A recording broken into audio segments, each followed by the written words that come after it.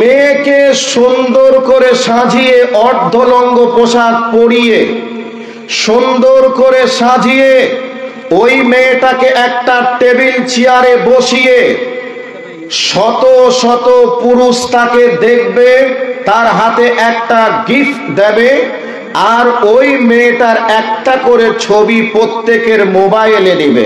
বর্তমান সময়ে মোবাইল আছে মানে তো একটা ছবি নিতেই হবে। আচ্ছা, এই প্রথা আপনাদের দিকে আছে? আছে?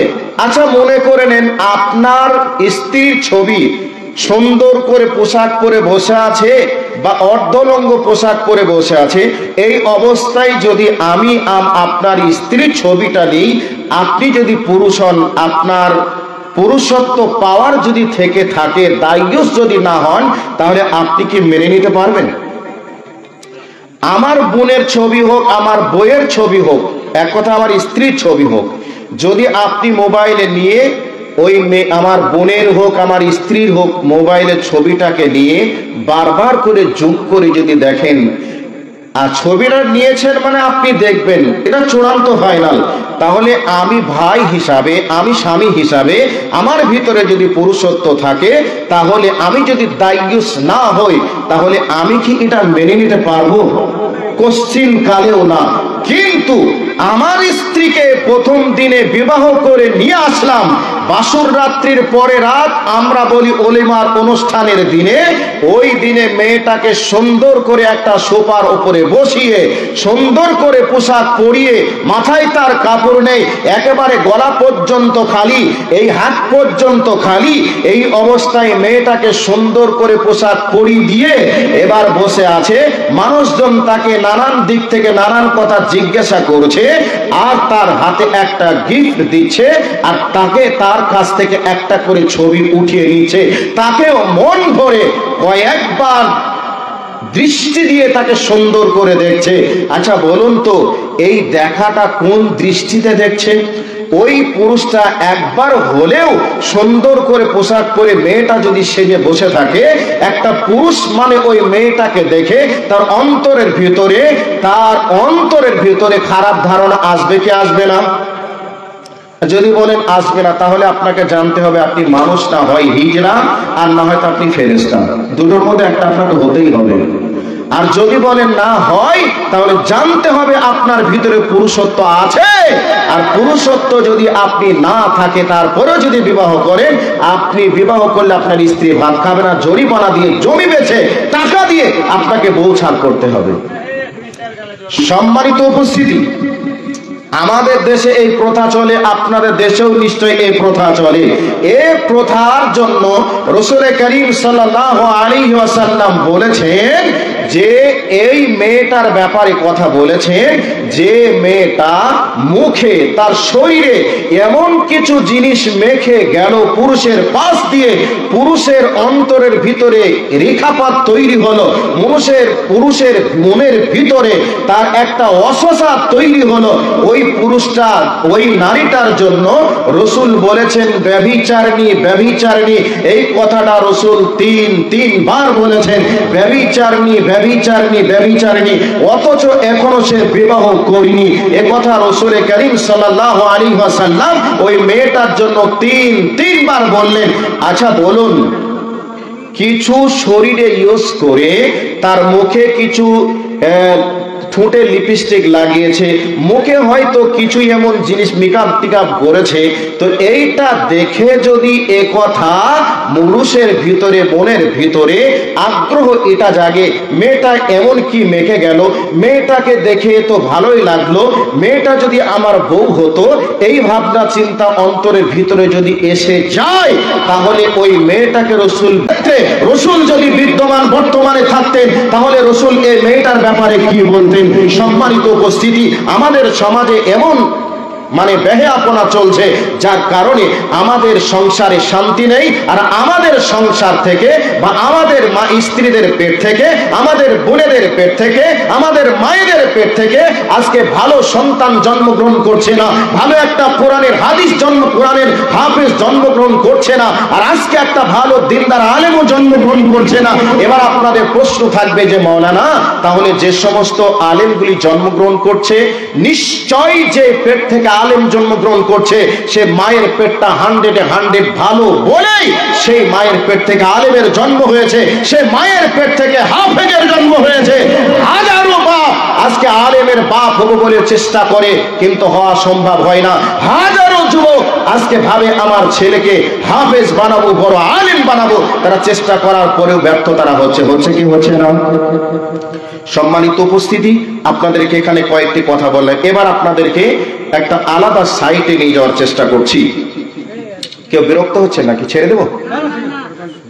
এবার আপনাদেরকে আমি বলছি যে কথাটা বলবো, এই পৃথিবীর মাটিতে যে সমস্ত মুহাদ্দিস, যে সমস্ত ইমামরা দুনিয়াতে এসে আমাদেরকে ইসলামের দিক নির্দেশনা দিয়েছে, ইসলামের সুমহান আদর্শের শিক্ষা আমাদেরকে দিয়েছেন, সেই সমস্ত মুহাদ্দিস, সেই সমস্ত ইমামদের মায়েরা ছিলেন অত্যন্ত পরেশগার, অত্যন্ত দিনদার, যাদের পেট থেকে বড় ইমাম জন্মগ্রহণ করেছেন এবং মুহাদ্দিস জন্মগ্রহণ করেছেন। সেই সমস্ত মায়েরা সন্তানদেরকে লালন পালন করে তাদের সন্তানকে মুহাদ্দিস বানিয়েছেন, কোরআনের হাফিজ বানিয়েছেন, তাদের সন্তানদেরকে ইমাম বানিয়েছেন। তো আজকে আমাদের মায়েরা যদি ভালো হয়ে যায়, তাহলে নিশ্চয়ই আবার আমাদের সমাজে সেই সন্তান জন্মগ্রহণ করবে। আর আমাদের মায়েরা বা আমাদের মেয়েরা বা আমাদের বোনেরা কি করে ভালো হবে? বোনের ভাই যদি ভালো না হয়, স্ত্রী স্বামী যদি ভালো না হয়, মায়ের এক কথায় আমার বাপেরা যদি ভালো না হয়, এগুলো কি সম্ভব হবে? হবে না। আগে আমরা যারা অভিভাবক, এক কথায় ভাই হিসাবে ভালো হতে হবে, স্বামী হিসাবে ভালো হতে হবে, স্ত্রী এক কথায় স্বামী হিসাবে ভালো হতে হবে, বাপ হিসাবে ভালো হতে হবে। তাহলে দেখা যাবে অটোমেটিক আমাদের মেয়েরা ঠিক হয়ে যাবে। আর মেয়েরা যদি ঠিক হয়ে যায়, তাহলে ওই মেয়ের পেট থেকে আলহামদুলিল্লাহ আলেম জন্মগ্রহণ করবে, হাফেজ জন্মগ্রহণ করবে। এবার আপনাদেরকে ছোট্ট করে কয়েকটা কথা বলছি। আমরা কে না শুনেছি ইমাম বুখারীর নাম। ওনার নাম হলো মুহাম্মদ ইবনে ইসমাইল। উনি বুখারা শহরের, ওনার বাড়ি বুখারা শহরে, যার কারণে ওনার মানে গ্রামকে বা ওনার জায়গাকে কেন্দ্র করে ওনার নাম হয়ে গেছে ইমাম বুখারী। আর ইমাম বুখারী উনি গ্রন্থ হিসাবে বুখারীর হাদিস, এখানে অনেক একটা লম্বা চওড়া ভূমিকা এখানে আছে, আমি ওই জায়গায় যাচ্ছি না। তো এক কথাই ইমাম বুখারী, ওনার নাম হচ্ছে মুহাম্মদ ইবনে ইসমাইল। ওনার মা ছিলেন অত্যন্ত পরেশগার একজন ব্যক্তি। তো ওই পরেশগার ব্যক্তির পেট থেকে ইমাম বুখারীর জন্ম।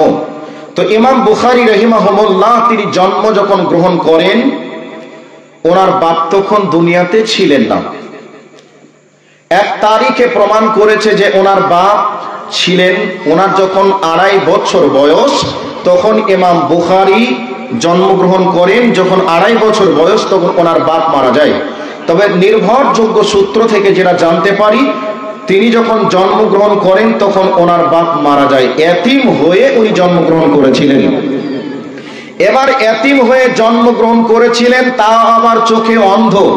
তো ইমাম বুখারীর মা এক কথায় মুহাম্মদ ইবনে ইসমাইলের মা আল্লাহর কাছে দোয়া করতেন, আল্লাহ আমার সন্তানের তুমি চোখ দাওনি, হয়তো আমি যতদিন বেঁচে থাকবো ততদিন হয়তো আমার ছেলেকে দেখাশোনা করব, লালন পালন করব, কিন্তু আমি যখন মারা যাব আমার সন্তানের কি হবে? আমার সন্তান কার কাছে সাহায্য নিবে? 2.5 বছর যখন বয়স হলো, হযরতে ইসমাইলকে নিয়ে এবার তেনার মা চললেন কাবা ঘরে, আল্লাহর কাছে দোয়া করলেন, দয়াল প্রভু মাবুদ রে, আমি তোমার ঘরে এসেছি, তোমার কাছে আমি দোয়া করি, মাবুদ তুমি আমার সন্তানের চক্ষুকে তুমি ফিরিয়ে দাও, আমার সন্তান যেন চোখে দেখে, আমার সন্তান এই পৃথিবীর মাটিতে কোরআন এবং হাদিসের খেদমত নিতে পারে। মা দোয়া করেছেন, মা দোয়া করেছেন। এক সময় নামাজ পড়ছেন রাত্রিতে, আর দোয়া করেছেন, এত দোয়া করেছেন, দোয়া করে করে করে করে কেঁদে কেঁদে একবারে ওনার চোখের কোন পর্যন্ত ঘা হয়ে গেছে, এইরকম পরিবেশ পরিস্থিতিতে ওনার জীবনে পৌঁছে গেল বা চলে আসলো। এবার রাত্রিতে হযরতে মুহাম্মদ ইবনে ইসমাইলের মা ঘুমিয়ে আছেন, স্বপ্ন দেখছেন, আর হযরতে ইব্রাহিমকে স্বপ্নের মাধ্যমে দেখছেন, আর হযরতে ইব্রাহিম স্বপ্নের মাধ্যমে বলছেন, ওরে মুহাম্মদ ইবনে ইসমাইলের মা, তুমি তোমার সন্তানের জন্য দোয়া করেছো, তোমার দোয়াটা আল্লাহ কবুল করে নিয়েছে, তোমার সন্তানের চোখ আল্লাহ ফিরিয়ে দিয়েছে। হযরতে মুহাম্মদ ইবনে ইসমাইলের মা স্বপ্নের মাধ্যমে এই দৃশ্যটা দেখলেন। এবার তিনি উঠে নামাজ পড়তে শুরু করলেন, আর নামাজের ভিতরে বারবার ওই স্বপ্ন দৃশ্যটা ভেসে উঠছে, আর মনের ভিতরে আনন্দ এইভাবে আসছে, আল্লাহ গো তুমি যদি আমার সন্তানের চক্ষুকে ফিরিয়ে দাও, কতই না ভালো হবে, কতই না আমি আনন্দিত হব। এই ভাবনা চিন্তা করে নামাজ কমপ্লিট করেছেন। এবার ঘরের দিকে যখন যাচ্ছে, এই অবস্থায় হযরতে মুহাম্মদ ইবনে ইসমাইল এবার ঘুম থেকে উঠে দেখছেন মা আমার চোখের সামনে দাঁড়িয়ে আছে। জীবনে কোনোদিন মাকে দেখিনি, মা কেমন রঙের, মায়ের দুর্গপ্রস্থ কেমন, এরকমও তিনি দেখেননি। কিন্তু যেদিন চোখ ফিরিয়ে পেলেন, সর্বপ্রথম ওই চোখ দাঁড়াতে হযরতে মুহাম্মদ ইবনে ইসমাইল তেনার মায়ের চেহারাটাকে দেখেছে, আর মা বলে বুকের সঙ্গে জড়িয়ে ধরেছে। আর এই অবস্থায় মুহাম্মদ ইবনে ইসমাইলের মা এত খুশি হয়ে আল্লাহর কাছে সাজদায় পড়ে বলছেন, দয়াল প্রভু মাবুদ রে, আমি তোমার কাছে এতদিন ধরে ডেকেছি, এত চোখের পানি ফেলে কেঁদেছি, তুমি আমার চোখের পানিকে বৃথা দাওনি, আমার চোখের পানিকে তুমি নষ্ট করনি। আল্লাহ গো তুমি আমার চোখের পানিকে তুমি কবুল করে আমার সন্তানের চক্ষুকে তুমি ফিরিয়ে দিয়েছ। আমার মুহাম্মদ ইবনে ইসমাইল আজকে চোখে সর্বপ্রথম আমাকে দেখে মা বলে ডেকে আমাকে বুকে জড়িয়ে ধরেছে। তাহলে ইমাম মুহাম্মদ ইবনে ইসমাইলের মা আল্লাহর কাছে কি দোয়া করেছিলেন, আর কি দোয়া করে আল্লাহর মনকে জয় করে নিয়েছিলেন, আর জয় করেছিলেন বলে তিনার জন্ম অন্ধ সন্তানের চোখ পর্যন্ত আল্লাহ ফিরিয়ে দিলেন। সম্মানিত উপস্থিতি, উনি আমার আম্মুরে খালারে বোনে ভালো করে শুনে নেন। মুহাম্মদ ইবনে ইসমাইলের মা, মুহাম্মদ ইবনে ইসমাইলের বয়স যখন 16 বছর হয়ে গেল, এই অবস্থায় মা তাকে নিয়ে চলে গেলেন কাবাতে হজ করতে। কাবা হজ কমপ্লিট করে এবার চলে আসলেন মসজিদে নববীতে। ওই মসজিদে নববীতে 16 বছরের সন্তানকে রেখে এইভাবে চলে আসছেন, বলছেন বেটারে তোমাকে আল্লাহ চোখ ফিরিয়ে দিয়েছে, আমি আল্লাহর কাছে দোয়া করেছি, আল্লাহ আমার দোয়াকে কবুল করে নিয়েছে। অতএব ওরে আমার কলিজার টুকরা নবীর পুতলি সন্তান, আজকে তোমাকে আমি এখানে রেখে গেলাম, আমি তোমাকে এই মদিনাতে রেখে গেলাম। এই মদিনা থেকে কোরআন এবং হাদিসের কাজ, কোরআন এবং হাদিসের শিক্ষা তুমি এখান থেকে নিবে, আর এখান থেকে নিয়ে তুমি গোটা বিশ্বময় কোরআন এবং হাদিসের খেদমত তুমি পৌঁছে দেবে। আমি মা হিসাবে তোমাকে আমি এই মদিনার মাটিতে রেখে গেলাম। তাহলে কেমন মা ছিলেন, কেমন মা, তিনার মায়ের দোয়াকে স্বয়ং আল্লাহ কবুল করে নিয়ে আজকে ইমাম বুখারী হিসাবে দুনিয়াতে রেখে দুনিয়া থেকে বিদায় নিয়েছেন। তাই ইমাম বুখারীর নাম কে না জানে, গোটা পৃথিবীর মানুষ চিনে, গোটা পৃথিবীর মানুষ জানে। ওরে আমার আম্মুরে খালারে বোন রে, কোনদিন প্রতিদিন কি গভীর রাত্রিতে উঠে 2 রাকাত সালাত আদায় করার পরে একদিন কি নিজের সন্তানের জন্য দোয়া করেছেন, দয়াল প্রভু মাবুদ তুমি আমাকে একটা সন্তান দিয়েছো, ওই সন্তানকে আমি মাস্টার বানাতে চাই, সন্তানকে আমি ডাক্তার বানাতে চাই, সন্তানকে একজন আলিম বানাতে চাই, সন্তানকে একটা হাফেজ বানাতে চাই। আল্লাহ গো তুমি আমার সন্তানকে কবুল করো। এইরকম কথা কি কোনো মায়ের মুখ থেকে বার হয়েছে? সম্মানিত উপস্থিতি, এই জায়গাটা একটু রেখে দিলাম। এবার আর একটা জায়গাতে চলে যাই। ওই জায়গাতে যাওয়ার পরে বক্তব্যটা হয়তো ক্লোজ করে দিব। আমার ভাই, আমার বন্ধুরা, হযরতে ইমাম মালিকের নাম আপনারা শুনেছেন। ওই ইমাম মালিকের শিক্ষকের নাম হলো রাবিয়া। ওই রাবিয়া হলেন হযরতে ইমাম মালিকের শিক্ষক। ওই ইমাম রাবিয়া তিনি যখন মায়ের পেটে ছিলেন, মায়ের পেটে থাকা অবস্থায় ওনার বাপ ওনাকে গর্ভে রেখে তিনি চলে গিয়েছিলেন দ্বীনের খেদমতের জন্য, জিহাদে চলে গিয়েছিলেন। ওখানে দীর্ঘদিন জিহাদ করে, দীর্ঘদিন ইসলামের খেদমত করে, ইসলাম প্রচার প্রসারের কাজ করে অনেক দিন পরে ফেরার সিদ্ধান্ত নিয়েছেন। মোটামুটি 25 থেকে 27 বছর হয়ে গেছে। এই অবস্থায় ওনার স্ত্রী যখন প্রেগনেন্ট অবস্থায় ছিলেন, গর্ভবতী অবস্থায় ছিলেন, ওনার হাতে 30,000 স্বর্ণ মুদ্রা রেখে গিয়েছিলেন। আর ওই 30,000 বর্তমান কয়েক কোটি টাকা হবে। ওই 30,000 স্বর্ণ মুদ্রা রেখে গিয়ে ওনার স্ত্রীকে এভাবে বলেছিলেন, বেগম রে, ওরে আমার অর্ধনগিন্নি, তোমার গর্ভের ভিতরে কি আছে আমি জানি না, তোমার পেটের ভিতরে আল্লাহ কি রেখেছে জানি না, যদি আমার সন্তান জন্মগ্রহণ করবে ওই সন্তানকে তুমি দ্বীনের জন্য তৈরি করবে। এ কথা বলে তিনি চলে গিয়েছিলেন। এবার চলে যাওয়ার পরে সন্তান জন্ম হলো, সন্তানকে দ্বীনের শিক্ষা দিলেন, এমন ভাবে দ্বীনের শিক্ষা দিয়ে বড় করে তুললেন মা হিসাবে, এমন শিক্ষা দিয়ে বড় করে তুললেন, শেষ পর্যন্ত তিনি একটা বিখ্যাত মুহাদ্দিস হলেন। তার নামের পাশে ইমাম রাবিয়া নামটাকে লেখা হলো। এবার হযরতে ইমাম রাবিয়ার পিতার নাম হলো আব্দুর রহমান। ওই আব্দুর রহমান দীর্ঘ 25 বছর পর তিনি তেনার গ্রামে ঢুকছেন। এই অবস্থায় দেখছেন তেনার গ্রামের মসজিদে কোরআন হাদিসের দার্স চলছে। এত দার্সে এত লোক হয়েছে, আর গোটা এলাকা জুড়ে একজনের নাম যেন চলছে, রাবিয়া রাবিয়া রাবিয়া রাবিয়া, এই নামটা চলছে। এমতো অবস্থায় ওই ব্যক্তি এসে জিজ্ঞাসা করছে, এই ব্যক্তিটাকে, এই ব্যক্তির দার্সে এত লোক কেন, এই ব্যক্তির পরিচয় কি একটু তোমরা বলো।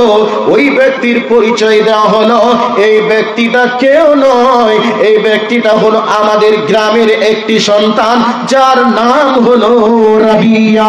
এবার জিজ্ঞাসা করা হলো, রাবিয়া, এই রাবিয়াকে, এই পরিচয় জানতে চাওয়া হলো। একটা ঐতিহাসিক এ ব্যাপারে আবার একটা চমৎকার লেখা লিখেছে। এই অবস্থাতে বাড়ির ভিতরে রাতের অন্ধকারে ওই আব্দুর রহমান তিনি বাড়িতে চলে গেলেন। বাড়িতে যাওয়ার পরে এবার বাড়িতে যখন ডাক দিলেন, বাড়িতে থেকে একজন যুবক বেরিয়ে চলে আসলো।